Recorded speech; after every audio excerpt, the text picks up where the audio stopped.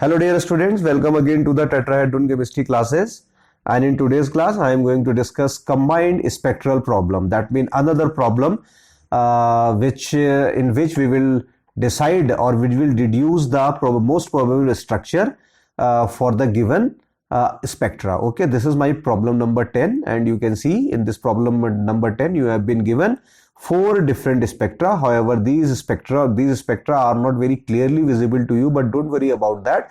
When I'll explain individual spectra or individual spectrum, then I'll zoom that particular spectrum. Okay, so right now you can understand these spectra are given here, and this molecular formula, which is C6H14O2, right? This molecular formula is given, so I can write this formula here, C6H14O2, and we have to decide what is the most probable structure for this particular molecular formula, which actually correspond to the given spectra, right? So as usual, what you can do, first of all, while solving these types of the problem, the usual practice is that first of all we'll calculate the index of hydrogen deficiency or hydrogen deficiency index, which is your HDI. HDI basically is used to identify is used to determine the number of the double bonds or the number of the rings present in the molecule. Let's say if your HDI is 1, that means your molecular structure may have could have actually 1 double bond or one ring. If it is 2, that means 2 ring or 2 double bond both may present, or 1 double bond 1 ring may present, right? And if it comes 3, that means 3 rings or 3 double bonds, or 2 double bonds 1 ring, or 2 rings 1 double bond. Any combination can be possible. And for this HDI, hydrogen deficiency index, various different types of the formula are given in the different text, but I am using that particular formula which I generally used in my previous lectures of combined spectral problem, and the formula is quite simple: 2 times N plus 2 minus M times H, right? And this is divided by 2, right? Where N is what? N is your number of carbons and M is the number of hydrogens, right? So here what we can do, this is my 2 and 6 carbons are there, so that is 6, then plus 2 here, then minus number of hydrogens are 14, so I'm writing 14 here, okay, divided by 2. So if you solve this, then you will find in the numerator 0 is present, and in the denominator that is 2 is present, right? So this is nothing but it is simply a 0. That means hydrogen deficiency, index of hydrogen deficiency is 0. That means this molecular formula is simply an aliphatic compound which do not have any a benzene type of the ring or any other cyclic ring or any other double bond. That means no double bond is present and no rings are present in that case. Okay, and when double bond is not present, then what can happen? We may discard various possibilities of having different kinds of the structures. Okay, so this is what we can identify with the help of the hydrogen deficiency index, right? Now what we can do, we can analyze our IR spectrum. So for IR spectrum, what we can do, we can focus on this IR spectrum. I am zooming it, and you can see here, this is my IR spectra. Let's say this is my IR spectra, and in this IR spectrum, right? Spectrum is singular and spectra actually basically used for the plural. And here in that case, only one significant data is present here, which is 3458. That means you are having an absorption band which is present at the 3458 centimeter inverse, and you know this is the range of the alcohol. That means your compound may be alcohol. So this compound cannot be your acid, because acid contains 1 double bond, and all the acid derivatives also contain your double bond, and double bond is not present according to the HDI. That means acids and acid derivatives are not probable for this particular molecular formula. So what we left with? We left with the alcohol, or we left with the peroxide linkage. Okay, so peroxide may present or your alcohol may present. And you can see here, this is nothing but your aliphatic methyl and ethyl stretchings, right? And here you can see at somewhere around 1190 something. So it is nothing but the carbon single bond oxygen. So from the IR spectra, this particular IR spectrum, sorry, we can conclude that our compound is the alcohol. Now we have to decide whether the alcohol is hydrogen bonded or non-hydrogen bonded. This thing is very, very important to note that. So first of all, what we can do, what you can understand, I am telling you, please note this particular point. Whenever the hydrogen bonding occurs, then the absorption, you can see here, absorbance of that band would decrease, and this is quite a weaker bond, right? A weaker band actually, right? So this is the very weak bond, a weak band, and when the band is weak, that means your alcohol is involved in the hydrogen bonding. This information we can collect from here, and for your reference, I am telling you, if you have the free alcohol, right? If you have the free alcohol, that is free OH, so the stretching frequency for free OH or free alcohol, aliphatic basically, somewhere around 3620 to 3640 centimeter inverse, right? And for H bonded or hydrogen bonded alcohol, this value actually is having a quite a bigger range, which starts from the 3200 centimeter inverse to 3600 centimeter inverse. And you can see here your value is lying near to the 3200. That means whatever the structure we will form, in that case your hydroxyl will involve, that means alcohol will involve in the hydrogen bonding. Only this much of information from here we can get. And in that case, you can see here, this mass spectrum is not very, very important. It is not giving any significant information about this, about the compound. Only this 118 is there, and 118 is basically the molecular weight of this particular, let's say, right, this 118 basically, this one is the molecular weight of this particular compound. Okay, so this is the molecular ion peak, and it is quite low in the abundance. That means again alcohol is probable, right? When because alcohol have the tendency to go the dehydration and the various kinds of the rearrangement, and the intensity of the molecular ion peaks decreases. But this this mass spectrum is not giving very much very good information from here. So what we can do, we can draw the most probable structures of the alcohol, right? See, in that case the peroxide is not possible. How peroxide is not possible? I am telling you what are the possibilities. First of all, right, if I write carbon here and I give 3 of the methyl, just like that, right, try substituted, and then here I can put my CH2, and then OCH3, right? So whether it is corresponding to the formula or not, first of all we can check the number of the carbons. Carbon is how many? You see, 1 2 3 4 5 6, that means 6 carbons are there. Similarly, you can count the hydrogens as well. Hydrogens, 3 4s are 12, and then 13 14 15 16 17, that means 17 hydrogens are present in this particular formula.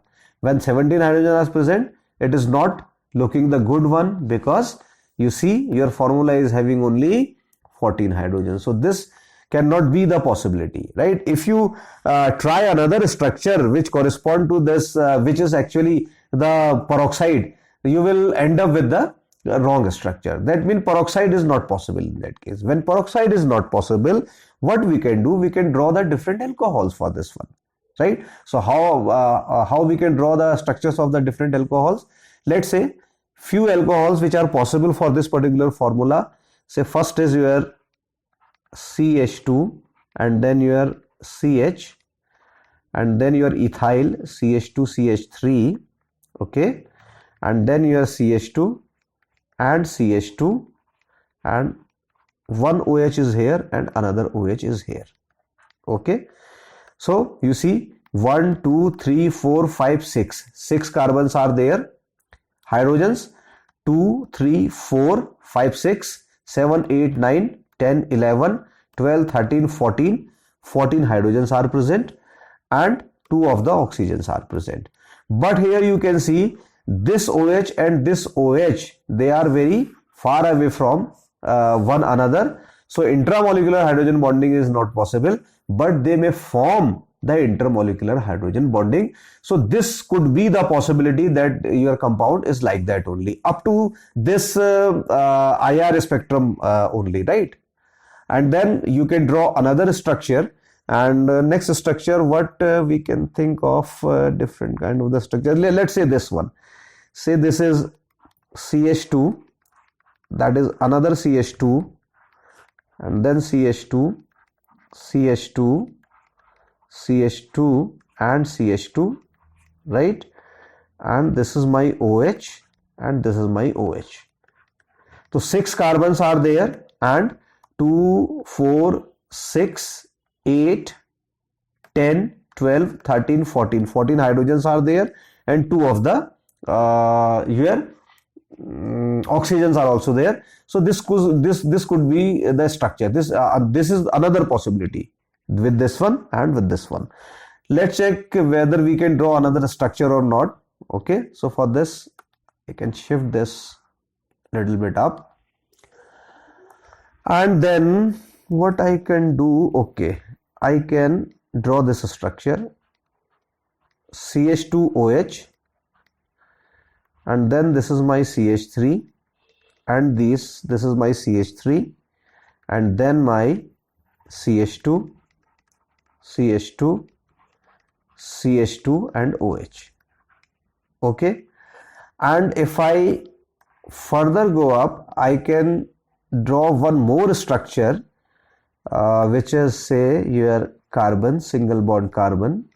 One OH is here, another OH is here, and you can see this is my CH3, this is my CH3, this is my CH3, this is my CH3. So this is again corresponding to that particular molecular formula. 1, 2, 3, 4, 5, 6 carbon, and 3, 4 the 12, 13, 14, 14 hydrogens and the 2 oxygens. See, various other structures are also possible, but now I am not drawing another structures. And quickly I am moving my to my next spectrum, which is my carbon 13 spectrum. And in this carbon 13 spectrum, you can see Dept, distortionless enhancement of polarization technique. Dept NMR is given here, however angle is not shown. And then proton decoupled carbon spectrum is also given here.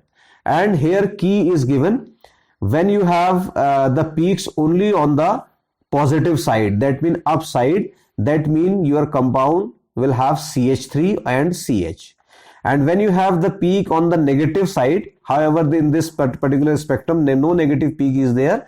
And when no negative peaks are there, that means CH2 cannot be present in your molecule. This is very, very important information which we are getting from the Dept NMR. Okay, that means CH2 is not present in our molecular formula. When CH2 is not present in our molecular formula, then we can very safely eliminate this structure as well as this structure. So because CH2 is not present here, right, and all these structures are having the CH2s. So what we left with? We left with this particular structure. Let's check whether it is the correct one or not.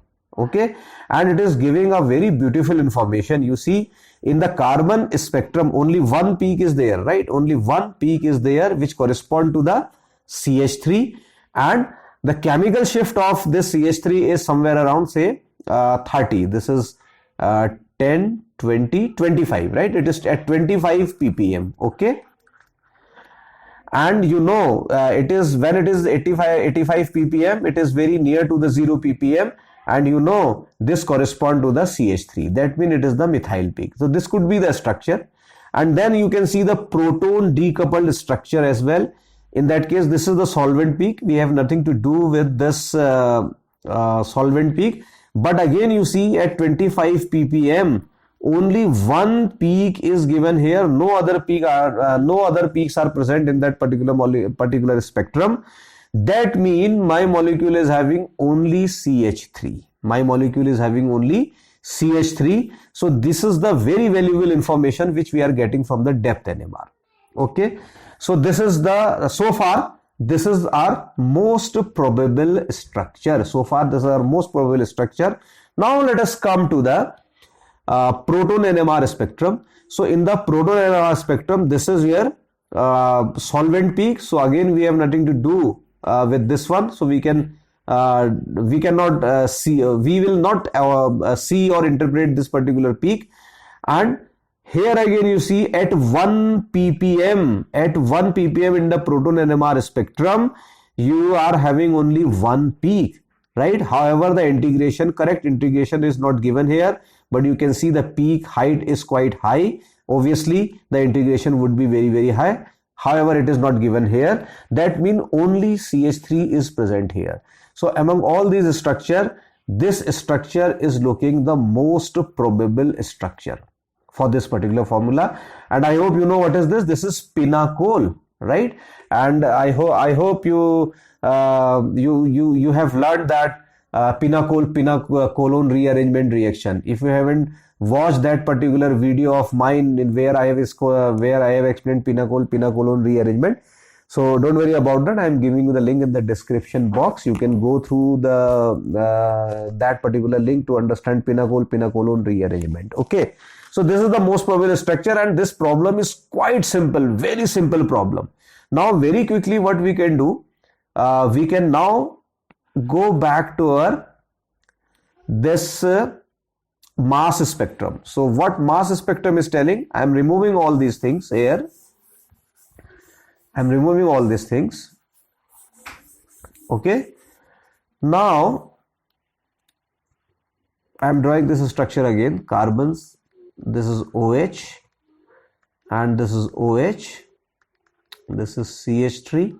This is CH3. This is again CH3 and this is CH3. Okay.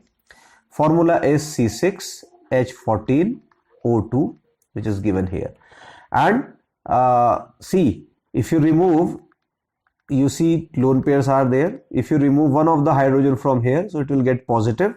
So this is basically your molecular ion peak, right? And that molecular ion peak, which is your M positive, will correspond to the 118, right? And that peak is here. Another peak is at 103.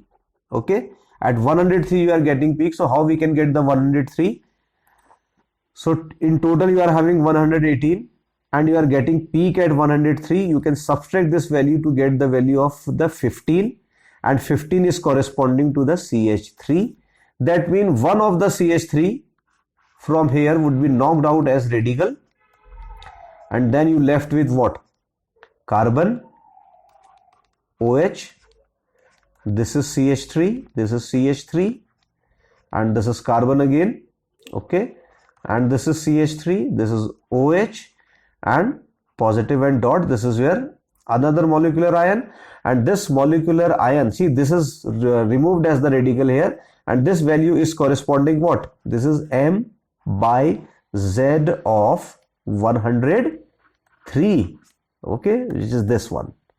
And next peak is the 59. 59 is quite simple, guys. If you break this particular bond from here, okay, so what fragment you will get here in that case?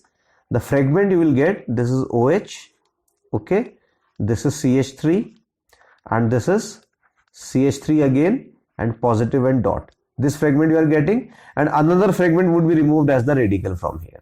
So what is the weight of this particular fragment? See, 3 carbons are there. So 12 times 3 equals to 36. Okay, and you see 6, 1, 7 hydrogens are there and 1 oxygen are there, that is 16. And if you add all these things, right, then it is 19 and 5, 59. So that part is corresponding to what? M by Z of 59, and that is this particular peak, right, which is the base peak in the NMR spectrum. Only these things are given here. That means the most probable or the correct structure for this particular molecular formula, and based on these spectra are pinnacle. So this is the very simple problem. However, if you have learned the NMR spectroscopy, proton NMR spectroscopy in pretty much detail, then only by using this particular molecular form, this particular proton NMR spectrum, you can get the correct answer. But the problem is that integration is not given here, so you need all these experiments. So this is the simplest problem. I hope you like the lecture. Okay, if you like the lecture, please give thumbs up to the video, do share with your friends also, and if you are watching this video for the first time, so please subscribe the tetrahedron chemistry classes. So that's it for today. Thank you very much.